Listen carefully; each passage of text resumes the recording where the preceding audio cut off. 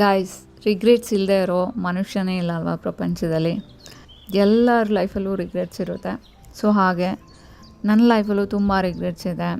Wrong choices ಇರ್ಬೋದು, wrong decisions ಇರ್ಬೋದು. ನನ್ನ ಲೈಫಲ್ಲಿ ತುಂಬ ಆಪರ್ಚುನಿಟೀಸನ್ನು ಮಿಸ್ ಮಾಡ್ಕೊಂಡಿದ್ದೀನಿ. ಮತ್ತು ತುಂಬ ಜನ ಟ್ರಸ್ಟ್ ಮಾಡಿಬಿಟ್ಟು ಮೋಸ ಹೋಗಿದ್ದೀನಿ. ಇವತ್ತಿಗೂ ನನಗೆ ಲೈಫಲ್ಲಿ ರಿಗ್ರೆಟ್ಸ್ ಇದೆ. ಅಂದರೆ ನಾನು ಪ್ರತಿದಿನ ಏನು ಮಿಸ್ಟೇಕ್ ಮಾಡ್ತೀನಿ ಅದ್ರ ಬಗ್ಗೆ ರಿಗ್ರೆಟ್ಸ್ ಇದ್ದೇ ಇರುತ್ತೆ. ಬಟ್ ಒಂದು ವಿಷಯದಲ್ಲಿ ನಾನು ಝೀರೋ ರಿಗ್ರೆಟ್ಸ್ ಇಟ್ಕೊಂಡಿದ್ದೀನಿ ಅಂದರೆ ಅದು ನನ್ನ ಪೇರೆಂಟ್ಸು ಗೈಸ್. ನಮ್ಮ ಅಪ್ಪ ಅಮ್ಮ ವಿಷಯದಲ್ಲಿ ನಾನು ಯಾವುದೇ ಥರ ರಿಗ್ರೆಟ್ಸ್ ಇಟ್ಕೊಂಡಿಲ್ಲ. ನನ್ನ ಕೆಪಾಸಿಟಿ ಎಷ್ಟಿದೆ ಸೊ ಅಷ್ಟು ಅವರನ್ನು ಚೆನ್ನಾಗಿ ನೋಡ್ಕೊತಾ ಇದ್ದೀನಿ. ಆದಷ್ಟು ಅವ್ರ ಜೊತೆ ಟೈಮ್ ಸ್ಪೆಂಡ್ ಮಾಡ್ತೀನಿ, ತುಂಬ ಕೇರ್ ಮಾಡ್ತೀನಿ, ತುಂಬ ರೆಸ್ಪೆಕ್ಟ್ ಮಾಡ್ತೀನಿ. ನಾನು ಪ್ರಪಂಚದಲ್ಲಿ ಯಾರನ್ನಾದರೂ ತುಂಬ ಪ್ರೀತಿ ಮಾಡ್ತೀನಿ ಅಂದರೆ ಅದು ನಮ್ಮ ಅಪ್ಪ ಅಮ್ಮ ಗೈಸ್. ನಾನೇನು ಪರ್ಫೆಕ್ಟ್ ಪರ್ಸನ್ ಅಲ್ಲ ಗೈಸ್. ನಮ್ಮ ಅಪ್ಪ ಅಮ್ಮ ವಿಷಯದಲ್ಲಿ ತುಂಬ ಮಿಸ್ಟೇಕ್ಸ್ ಮಾಡಿದ್ದೀನಿ, ಅವ್ರಿಗೆ ತುಂಬ ನೋವು ಕೊಟ್ಟಿದ್ದೀನಿ, ತುಂಬ ಹರ್ಟ್ ಮಾಡಿದ್ದೀನಿ, ತುಂಬ ಜಗಳಗಳೆಲ್ಲ ಮಾಡಿದ್ದೀನಿ ಅವ್ರ ಜೊತೆ. ಗ್ರೋಯಿಂಗ್ ಅಪ್ ನಾನು ಏನು ಹೇಳ್ತಾರೆ, I was one of the bad kid ಹೇಳ್ಬೇಕಂದ್ರೆ. ಸೊ ತುಂಬ ಶಾರ್ಟ್ ಟೆಂಪರು, ಚಿಕ್ಕ ವಿಷಯಕ್ಕೂ ಜಗಳ ಮಾಡು, ನನ್ನ ಇಷ್ಟದಂತೆ ಆಗಬೇಕು. ನಮ್ಮ ಅಪ್ಪ ಅಮ್ಮಂಗೆ ತುಂಬ ಕಷ್ಟ ಆಯಿತು ಅಂದ್ಕೊಳ್ಬೋದು ನನ್ನ ಕಂಟ್ರೋಲಲ್ಲಿ ಇಟ್ಕೊಳೋದಕ್ಕೆ ಅಥವಾ ನನ್ನ ಸಾಕೋದಕ್ಕೆ. ಬಟ್ ಅವಾಗ ನಾನು ತುಂಬ ಚಿಕ್ಕವಳಿದ್ದೆ ಗೈಸ್, ನನಗೆ ಅಷ್ಟೊಂದು ಬುದ್ಧಿ ಇರಲಿಲ್ಲ. 6 ವರ್ಷ 7 ವರ್ಷ ಇರಬೇಕಾದ್ರೆ ಅಷ್ಟೊಂದು ಬುದ್ಧಿ ಇರೋಲ್ಲ.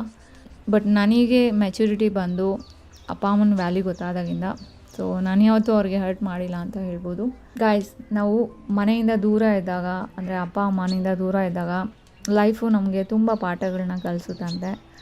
ಏನು ಹೇಳ್ತಾರೆ ಅದಕ್ಕೆ, ಲೈಫ್ ಲೆಸನ್ಸು. ಸೊ ಹಾಗೆ ನಾನು ಬ್ಯಾಂಗ್ಳೂರಿಗೆ ಹೋದಾಗ ನಮ್ಮ ಅಪ್ಪ ಅಮ್ಮನ ವ್ಯಾಲ್ಯೂ ಗೊತ್ತಾಯಿತು. ಅವ್ರ ಪ್ರೆಸೆನ್ಸು ನನ್ನ ಲೈಫಲ್ಲಿ ಎಷ್ಟೊಂದು ಇಂಪಾರ್ಟೆಂಟು. ಮತ್ತು ನಮ್ಮ ಅಪ್ಪ ಅಮ್ಮ ಇಷ್ಟೆಲ್ಲ ಸ್ಯಾಕ್ರಿಫೈಸ್ ಮಾಡಿದ್ದಾರೆ, ಸಫರ್ ಮಾಡಿದ್ದಾರೆ, ಕಷ್ಟಪಟ್ಟಿದ್ದಾರೆ ನಮ್ಮನ್ನೆಲ್ಲ ಬೆಳೆಸೋದಕ್ಕೆ, ಓದಿಸೋದಕ್ಕೆ ಅಂತ. ಸೊ ಬಿಗ್ಗೆಸ್ಟ್ ಪಾಠ ಕಲಿಸಿದ್ದು ನನ್ನ ಲೈಫಲ್ಲಿ ಅದು ಬ್ಯಾಂಗ್ಳೂರೇ. ಸೊ ಅದಕ್ಕೆ ನಾನು ಬ್ಯಾಂಗ್ಳೂರಿಗೆ ಥ್ಯಾಂಕ್ಸ್ ಹೇಳ್ತೀನಿ ಗಾಯ್ಸ್. ಅಂದರೆ ಬ್ಯಾಂಗ್ಳೂರೇ ಅಂತಲ್ಲ, ನಾವು ಅಪ್ಪ ಅಮ್ಮನಿಂದ ದೂರ ಇದ್ದಾಗೆಲ್ಲ ಸೊ ಈ ಥರ ಪಾಠಗಳೆಲ್ಲ ಕಲಿತಾ ಇರ್ತೀವಿ. ಸೊ ಅವತ್ತಿಂದ ನಮ್ಮ ಅಪ್ಪ ಅಮ್ಮ ಅಂದರೆ ಏನೋ ಒಂಥರ ಸ್ಪೆಷಲ್ ಕೇರು, ಸ್ಪೆಷಲ್ ಪ್ರೀತಿ, ಸ್ಪೆಷಲ್ ರೆಸ್ಪೆಕ್ಟು. ತುಂಬ ಜನ ಹೇಳ್ತಿರ್ತಾರಲ್ಲ ಅಪ್ಪ ಅಮ್ಮ ಅಂದರೆ ಲಿವಿಂಗ್ ಗಾಡ್ಸ್ ಅಂತ. ಅದು 100% ಕರೆಕ್ಟು ಗಾಯ್ಸ್. ಸೊ ಅಪ್ಪ ಅಮ್ಮನೇ ದೇವರು ನಮಗೆ. ಅಪ್ಪ ಅಮ್ಮ ಇಂದನೇ ನಾವು, ಅಪ್ಪ ಅಮ್ಮ ಇಲ್ಲ ಅಂದರೆ ನಾವು ಭೂಮಿ ಮೇಲೆ ಇರ್ತಾನೆ ಇರಲಿಲ್ಲ. ಇದು ಯಾವಾಗಲೂ ನನಗೆ ಮೈಂಡಲ್ಲಿ ಇದ್ದೇ ಇರುತ್ತೆ. ನಮ್ಮ ರಿಲೇಷನ್ಶಿಪ್ ಏನು ಅಷ್ಟೊಂದು ಪರ್ಫೆಕ್ಟ್ ಅಲ್ಲ ಗಾಯ್ಸ್. ಮುನ್ಸ್ಕೊತಾ ಇರ್ತೀವಿ, ಜಗಳ ಮಾಡ್ತಾ ಇರ್ತೀವಿ, ಮಿಸ್ಅಂಡರ್ಸ್ಟ್ಯಾಂಡಿಂಗ್ ಇದ್ದೇ ಇರುತ್ತೆ. ಬಟ್ ಅದೆಲ್ಲ ಆ ಮೂಮೆಂಟಿಗೆ ಅಷ್ಟೇ, ಆಮೇಲೆ ಎಲ್ಲ ನಾರ್ಮಲಾಗಿರುತ್ತೆ. ಒಂದೊಂದ್ಸಲ ನಮ್ಮ ಅಪ್ಪ ಅಮ್ಮ ನನ್ನ ಮೇಲೆ ಮುನ್ಸ್ಕೊಂಡಿರ್ತಾರೆ, ರೀಸನೇ ಇರೋಲ್ಲ. ಬಟ್ ನಾನೇ ಹೋಗಿ ಸಾರಿ ಕೇಳಿರ್ತೀನಿ. ಸಾರಿ ಕೇಳೋದ್ರಿಂದ ನನ್ನ ಸೆಲ್ಫ್ ರೆಸ್ಪೆಕ್ಟ್ ಏನೂ ಕಡಿಮೆ ಆಗೋಲ್ಲ ಗಾಯ್ಸ್. ಏಕೆಂದರೆ ಲೈಫ್ ತುಂಬ ಶಾರ್ಟು. ನಾನು ಕರೆಕ್ಟು, ನಮ್ಮ ಅಪ್ಪ ಅಮ್ಮ ತಪ್ಪು ಅಂತ ಪ್ರೂವ್ ಮಾಡಿಕೊಂಡು ಟೈಮ್ ವೇಸ್ಟ್ ಮಾಡೋಕ್ಕಾಗಲ್ಲ.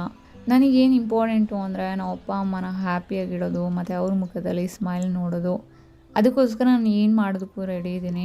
ಒಂದು ಸಲ ಅಲ್ಲ, 1000 ಸಲ ಬೇಕಂದ್ರೂ ಸಾರಿ ಹೇಳ್ತೀನಿ. ಲೈಫಲ್ಲಿ ಏನು ಬೇಕಾದರೂ ಸಿಗ್ಬೋದು ಗಾಯ್ಸ್. ಬಟ್ ನಾವು ಪೇರೆಂಟ್ಸ್ ಜೊತೆ ಇರೋ ಟೈಮ್ ಇದೆಯಲ್ಲ, ಅದು ಒಂದು ಸಲ ಹೋದರೆ ಮತ್ತೆ ಯಾವತ್ತೂ ಸಿಗೋಲ್ಲ.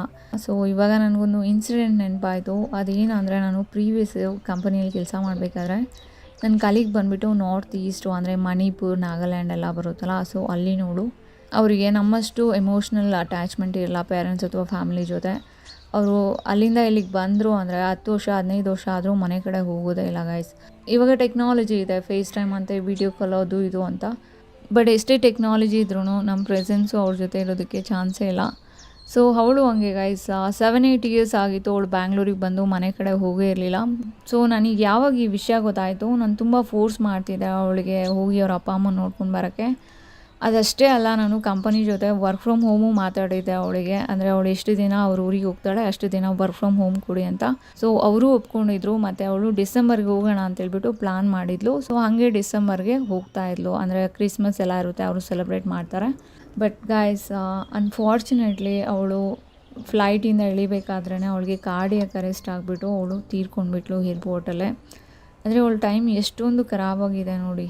ಕೊನೆಗೂ ಅವಳು ಅವ್ರ ಮನೆಗೆ ಹೋಗೋಕ್ಕೂ ಆಗಲಿಲ್ಲ, ಅವ್ರ ಅಪ್ಪ ಅಮ್ಮನ ಮುಖನೂ ನೋಡೋಕ್ಕಾಗಲಿಲ್ಲ. ಈ ಒಂದು ಇನ್ಸಿಡೆಂಟು ನನಗೆ ಪರ್ಸ್ನಲಿ ತುಂಬ ನೋವು ಕೊಡ್ತು ಗಾಯ್ಸ್. ಮೆಂಟಲಿ ತುಂಬ ಇಂಪ್ಯಾಕ್ಟ್ ಆಗಿತ್ತು ನನಗೆ. ಇವಾಗ ತನಕನೂ ಅಷ್ಟೇ, ಅವಳನ್ನು ನೆನೆಸ್ಕೊಂಡ್ರೆ ನನ್ನ ಕಣ್ಣಲ್ಲಿ ನೀರು ಬರುತ್ತೆ. 8 ವರ್ಷ ಆದಮೇಲೆ ಅವಳು ಅವ್ರ ಊರಿಗೆ ಹೋಗಿದ್ಲು. ಬಟ್ ಅವ್ರ ಅಪ್ಪ ಅಮ್ಮನ ಮುಖ ನೋಡೋಕ್ಕೆ ಆಗಲಿಲ್ಲ. ಎಷ್ಟೊಂದು ಅನ್ಲಕ್ಕಿ ಅಲ್ವಾ ಗಾಯ್ಸ್ ಅವಳು.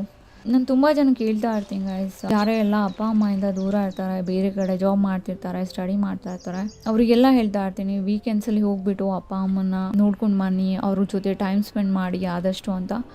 ಬಿಕಾಸ್ ಲೈಫ್ ತುಂಬ ಅನ್ಸರ್ಟನ್ ಗೈಸ್. ನಾಳೆ ನಾವೇ ಇಲ್ಲದೆ ಇರ್ಬೋದು, ಅವರೇ ಇಲ್ಲದೆ ಇರ್ಬೋದು. ಸೊ ನಾವು ಇವತ್ತು ಇದ್ದೀವಿ ಅಂದರೆ ಆದಷ್ಟು ನಾವು ಯಾರನ್ನ ಪ್ರೀತಿ ಮಾಡ್ತೀವಿ ಅವ್ರ ಜೊತೆ ಹೋಗಿ ಟೈಮ್ ಸ್ಪೆಂಡ್ ಮಾಡಬೇಕು. ನೀವು ಯಾರಾದರೂ ಈ ವಿಡಿಯೋ ನೋಡ್ತಾ ಇದ್ದರೆ ಮತ್ತು ನೀವು ಅಪ್ಪ ಅಮ್ಮ ನಿಮ್ಮ ಜೊತೆ ಇದ್ದಾರೆ ಅಂದರೆ ಮೇಕ್ ಶೋರ್ ನೀವು ಅವರನ್ನು ತುಂಬ ಚೆನ್ನಾಗಿ ನೋಡ್ಕೊತೀರಾ, ತುಂಬ ಪ್ರೀತಿ ಮಾಡ್ತೀರಾ, ತುಂಬ ಕೇರ್ ಮಾಡ್ತೀರಾ, ಮತ್ತು ಆದಷ್ಟು ಅವ್ರ ಜೊತೆ ಟೈಮ್ ಸ್ಪೆಂಡ್ ಮಾಡ್ತೀರಾ ಅಂತ. ಈವನ್ ಅವರು ಬೇರೆಯವ್ರ ಕೇರಲ್ಲಿ ಇದ್ರೂ ನೀವು ರೆಗ್ಯುಲರಾಗಿ ಅವರನ್ನು ವಿಸಿಟ್ ಮಾಡ್ತೀರಾ, ಅವ್ರ ಕಷ್ಟ ಸುಖದಲ್ಲಿ ಪಾರ್ಟ್ ಆಗ್ತೀರಾ, ಅವ್ರಿಗೆ ಏನೇ ಕಷ್ಟ ಬಂದರೂ ಅವ್ರ ಸಪೋರ್ಟಾಗಿ ನಿಲ್ತೀರಾ ಅಂತ.